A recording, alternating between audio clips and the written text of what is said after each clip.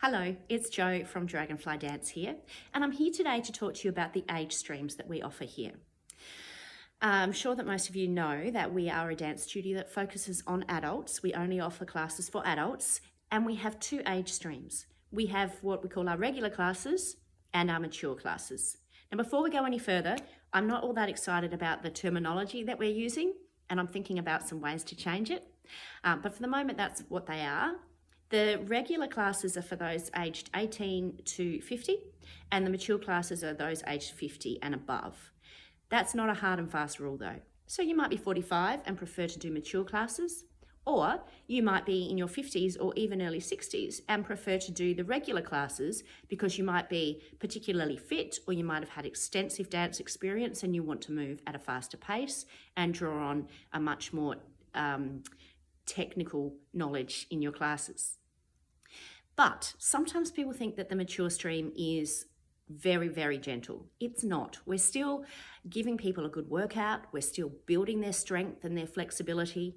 We find that a lot of the people who come to us are pretty fit, and that's why we call it mature and not older. When we first offered it, I called it a dance program for older adults, and as soon as I saw those women come in the room, I knew that I had misnamed it because they weren't old at all, and that's why we use the word mature.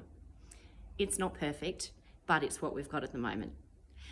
The other thing that can be a bit of a misconception is people might think that the mature class for adults is actually for people around 30, because a lot of places that offer classes for adults usually have people who've started dance as children or teenagers and continued on as adults, and they might often be in their early 20s. So they feel that by the time they're 30, they should be in the mature stream. That's not the case here. But I want to tell you why we have these streams, because there is potential for people to be offended or to feel as if we're segregating people of different ages. And that's not the case at all. I actually love having that intergenerational mix, and I think that it can be incredibly beneficial and special for younger people spending time with older people and older people spending time with younger people. But there are differences in what dancers need at different stages of adulthood. So those differences are physical, obviously, which most people are aware of. There are also cognitive differences, social differences, and differences in their interests in music and their memories. So let me just break each of those down a little bit further. The physical differences that we get as we age. You probably think of things like your joints and your muscles. So joints in particular, as we get older and the cartilage wears down and there's more wear and tear, there are things that can be really, really challenging and unpleasant as you get older, and that includes things like jumping. It might include things like rolling on the floor. Some of the other physical differences we have balance and dizziness. So as we get older, we experience more dizziness when we turn. So doing, triple pirouettes when you're feeling quite dizzy just doing a single pirouette is probably not going to make you feel great. And generally, I find that people, as much as we give options and say if you don't want to do a triple turn or a double turn, do a single or just do a releve, I do find that generally people want to push themselves, and so they'll try the harder thing because they want to be doing the same as everyone else. No one wants to feel like they are somehow lesser or different in their class. There's cardiovascular fitness. There is risk of cardiovascular events, which is probably much more as you're getting more into those mature years. So there's quite a few physical differences. There's also eyesight and hearing. So we lose our ability to hear in particular frequencies as we get older, and we may not be able to see as well. So I do find sometimes in a mature class, I need to be much more focused on the volume of my voice and even the speed at which I speak. And you may have noticed that I just slowed down a little bit because I realized I was racing.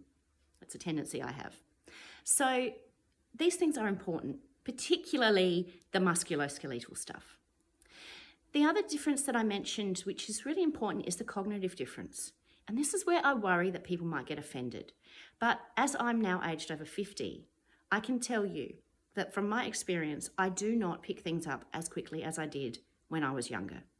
So what I do find is that the pace of the class, and I'm not talking physical exertion, I'm talking about how quickly we might learn a sequence or a routine or put different combinations together that involve more variety and more complexity.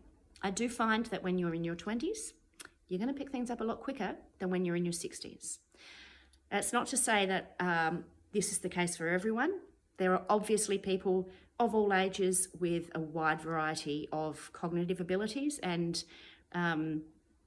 I don't want to be saying any kind of, general sweeping statements, but within an individual, as you age, your cognitive abilities will change. You will generally develop a broader knowledge base, which is known as crystal intelligence, but your ability to learn new things will diminish somewhat, I'm very sad to say, and that's what we call our fluid intelligence. So it's not satisfying for someone to be in a class if they're a bit older and feel like they're left behind. And it's not satisfying in a class if you're younger to feel as if things are dragging.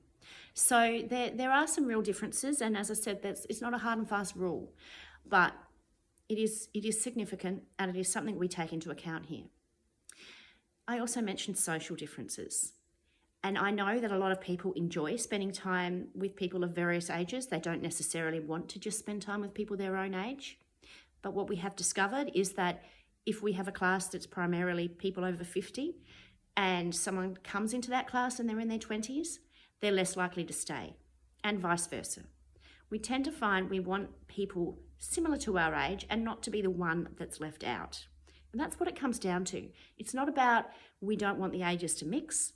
It's about making sure that when you come into a class, you feel as if you belong there and that you're not the odd one out. And I put in another caveat there. We do value individuality and diversity. So I'm not talking about wanting everyone to be the same. I'm really talking about how comfortable it is for the individuals in the class. And this is based on not just what we think, but the data that we collected over several years, and when we made changes, collecting that data again.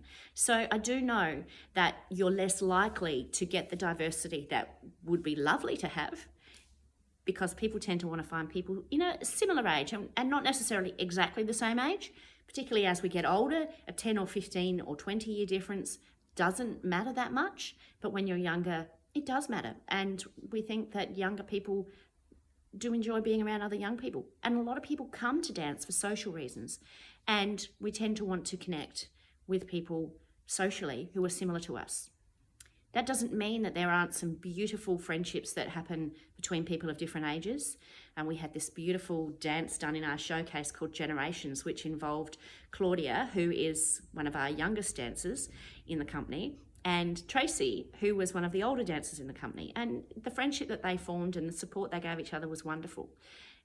But Tracy has danced extensively, and so her and Claudia were very on par with each other in terms of what they were able to do and their knowledge of dance. And then the other thing, which is probably not really a social thing, it's more about memory, and it's more about, it's about memory, really. And I'm talking about music. Music means so much to us, and we tend to have things that we've known throughout our lives that bring back memories and that we really enjoy. And so what I do find is that what might be an old favourite for a younger person is a more recent piece of music for an older person. It's just about different musical tastes. And I guess I'm hedging around this because I don't want to offend anyone by saying that older people don't like new music and that younger people don't like old music. It's not the case at all.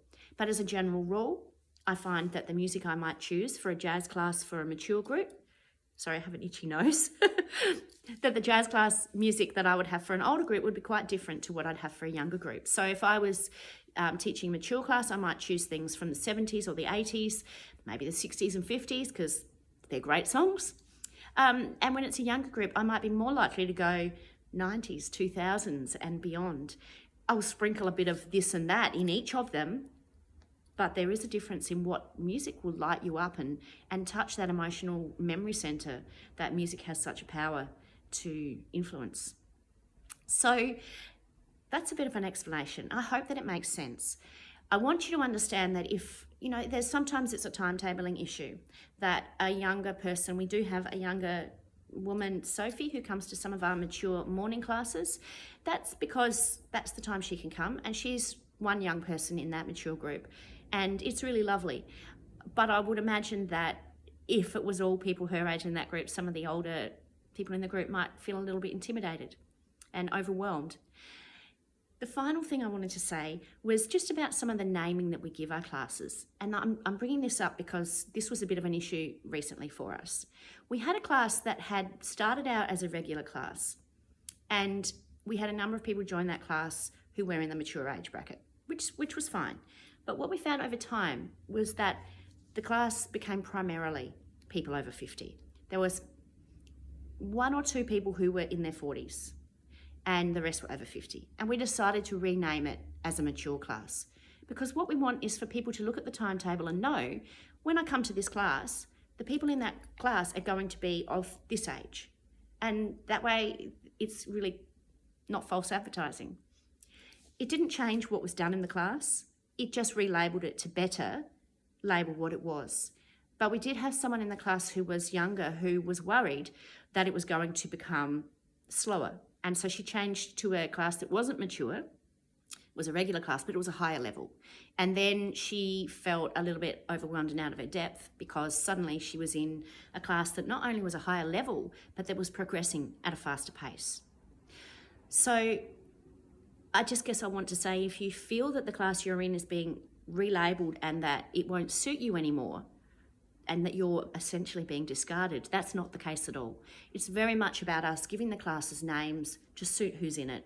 And if we found that there was a mature class that was primarily younger people in it, we'd rename that as well.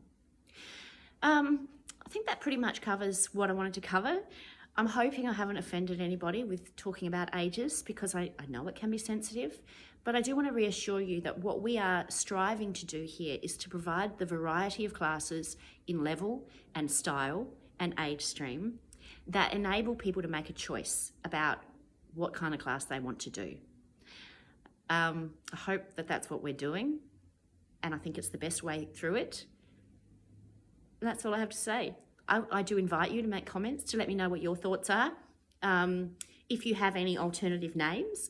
I'm actually thinking of taking the age section out of the name and using something like amethyst and sapphire. And the reason for those are that our logo is purple and blue. So amethyst is purple, sapphire is blue, although you can get purple sapphires. Let's not get too complicated about that. And also what your thoughts are around being in those classes, because I think you might be a really super fit 60-year-old who wants to do high impact things, but you might still find you get dizzy turning, and you might still find that you need a bit of time to process things. And you might not be quite aware of how strenuous the 20-year-olds might want the class to be.